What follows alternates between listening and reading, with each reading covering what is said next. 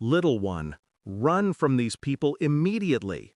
Get up in the morning and go to your future mother-in-law's house and you'll see everything. That's what my late grandmother said in my dream, her voice the same soft rasp that used to calm me as a child. But in the dream, it wasn't calm. It trembled, rushed, desperate. I woke up with my heart clawing against my ribs. The wedding was in 24 hours. I tried to shake it off. Superstition, I told myself, grief playing tricks. But her eyes in that dream, they weren't symbolic. They were warning. By morning, I couldn't resist. I dressed quietly, slipped into my car, and drove toward my fiancé's mother's house. Fog hung low on the street. The sun was just beginning to rise. Everything looked innocent, almost holy. When I arrived, the gate was half open. I stepped out, heels crunching on gravel. Then I heard it. Laughter, male and female voices. One of them was his, my fiancé. The other was hers, his mother's, unmistakably warm and sharp at once. But there was another sound too, soft, rhythmic, intimate. I froze.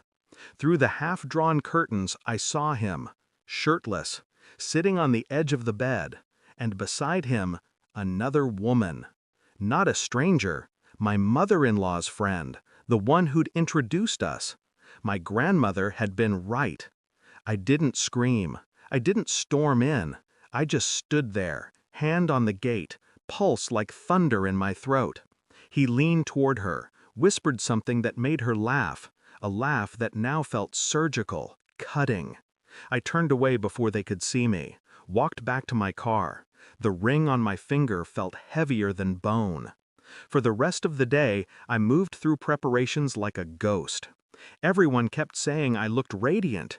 I smiled for photographs, picked flowers, tried dresses, all while seeing that image replaying in my mind. The bed, the laugh, the touch.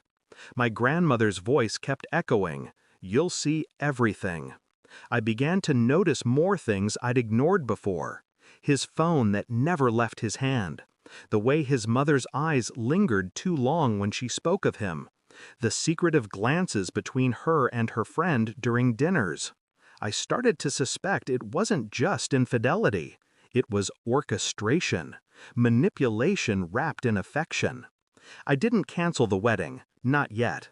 I wanted to see how far they'd go. That night, I called in a favor. A friend worked at the hotel where the bridal suite had been booked. I asked her to keep the room's camera feed on file for me, just in case. Then I waited. Over the next 2 days, I watched everything through practiced calm. He texted constantly. His mother fussed over details that didn't matter. And her friend, the woman from the bedroom, was suddenly in charge of my dress fitting. A perfect trio. They thought I was naive.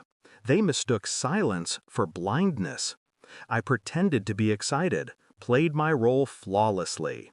But inside, I was memorizing patterns, cross-checking phone logs, reading tone, studying lies. And when I got the hotel security footage, my hands didn't tremble. I already knew what I'd find.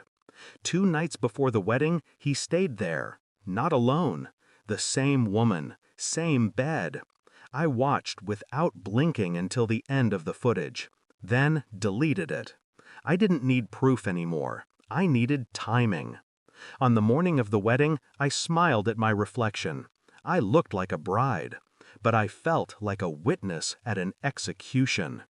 As the ceremony began, I walked down the aisle, slow, steady, deliberate. He waited at the altar, eyes glistening. Everyone whispered about how beautiful we looked together. When I reached him, I took his hands. They were trembling. Mine weren't. Before the priest could speak, I turned to the guests. "Before I make vows," I said, "I'd like to thank my future husband's mother and her best friend for introducing us and for spending such intimate time together last week."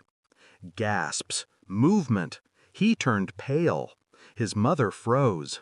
The other woman stood at the back, face drained of blood. I handed him a small envelope, the hotel receipt.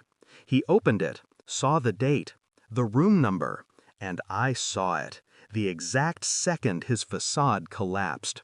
I didn't wait for denial, didn't wait for tears. I walked out. Later that night, I sat alone in my car, wedding dress half unzipped, makeup blurred. The silence felt clean, like air after rain. Everyone would talk. They'd pity me, curse him, defend her.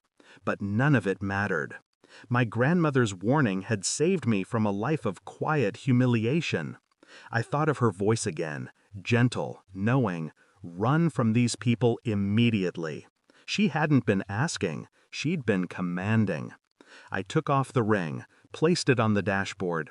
It caught the streetlight for a moment before falling into shadow.